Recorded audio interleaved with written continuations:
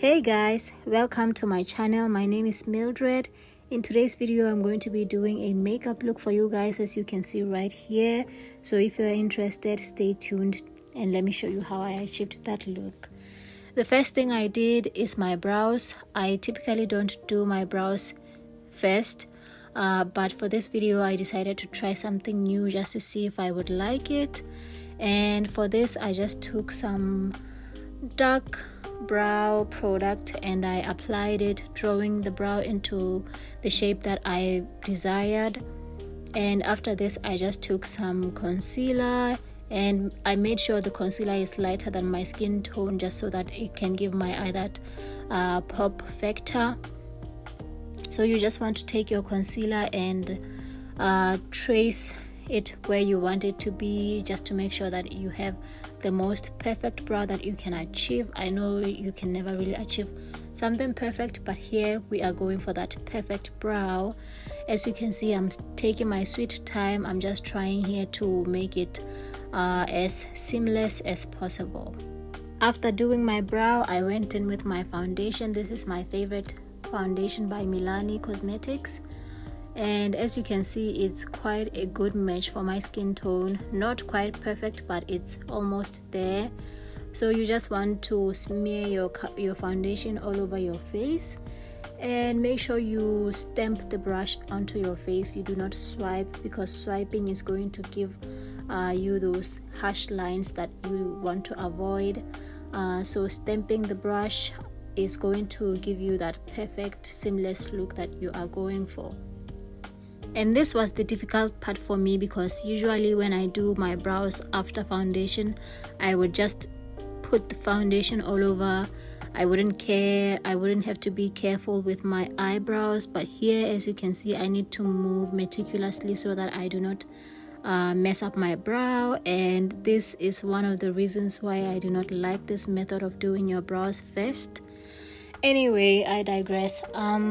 Now I am using the same concealer I used before, just to highlight my under eye and right there at my forehead between my brows and the bridge of my nose. I didn't put any on the bridge of my nose, but I'm going to use the brush afterwards just so that I can highlight that area. And since my makeup is already quite bright, I am using as little as possible. But if you want to brighten your look, you can use a lot of concealer, just so you can bring as much light as possible to your face. But I feel like I already have enough light that I need, so I'm not going in with a lot of product, because otherwise then I would just look like a clown, and that's not what I'm going for. The next step on my routine is going in with some contour.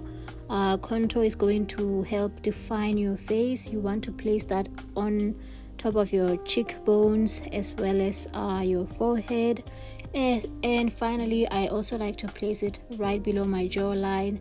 Many people don't do this, but I do, because it helps blend my makeup, and my neck is typically darker than my face when I do makeup, so that helps to bridge that gap.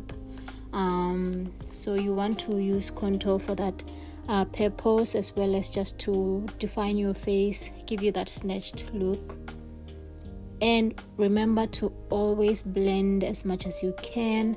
Your main purpose, your main objective is to blend for the gods. Like I said, if you do not blend as much as you should, you are going to end up with a face that does not really look professional, even though you are not a professional, but you still need to look like you placed in some effort into your look.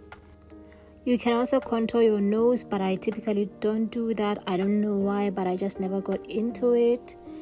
Here I'm going in with my powder. Powder is your best friend, especially if you are an oily skin type of girly like myself. You need to use a lot of powder on your skin. If you need to bake, bake. If you just want to apply it all over your face like I'm doing, do so.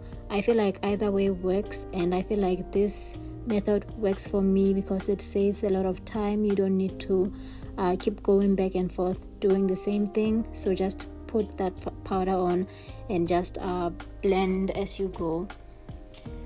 So for my blush, I am using this eyeshadow palette. I just feel like it is handy.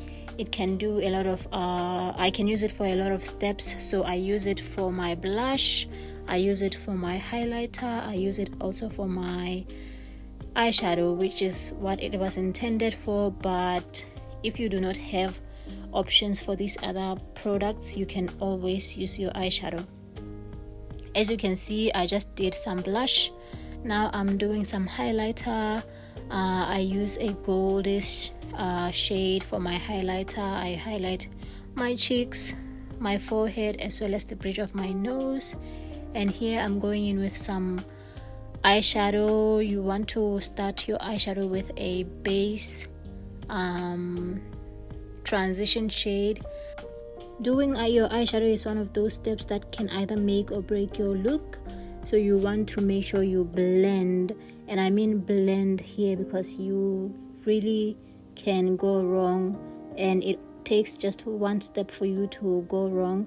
But you just want to blend as much as you can, and then follow it with your shimmer. If you're going to use shimmer, make sure you use a wet brush, because that is going to help your product stick, and it's going to help you avoid fallout, which would prevent a lot of mess for you, which is a win-win. So just make sure to use a wet brush and you are good to go. To complete your eye look, you can go in with some mascara. I really love mascara because it is hassle-free for me. But if you are a lash girly, you can use some falsies. That's also fine. I feel like some girlies look really good with some false lashes. But for me personally, I just feel like they are not for me. I just don't like the way I look with them. I've only worn them once and I was like, no thank you. So after your mascara, you want to go in with some lipstick. First, you can use some lip liner just to define your look, but here I just went straight in with my lipstick because I feel like my lips are naturally lined, so I don't really use lip liner that much. But if you want to, just use lip liner and it will define your look and give you that perfect ombre look.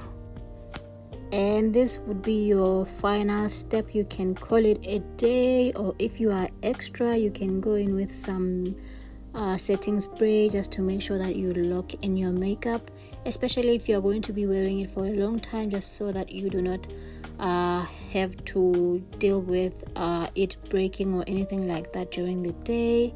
And that is my final look. I hope you guys enjoyed watching. If you did, make sure to hit the like button down below. Leave me a comment in the comment section, and finally, if you are not subscribed to my channel, make sure to subscribe, and I'll see you guys in my next one.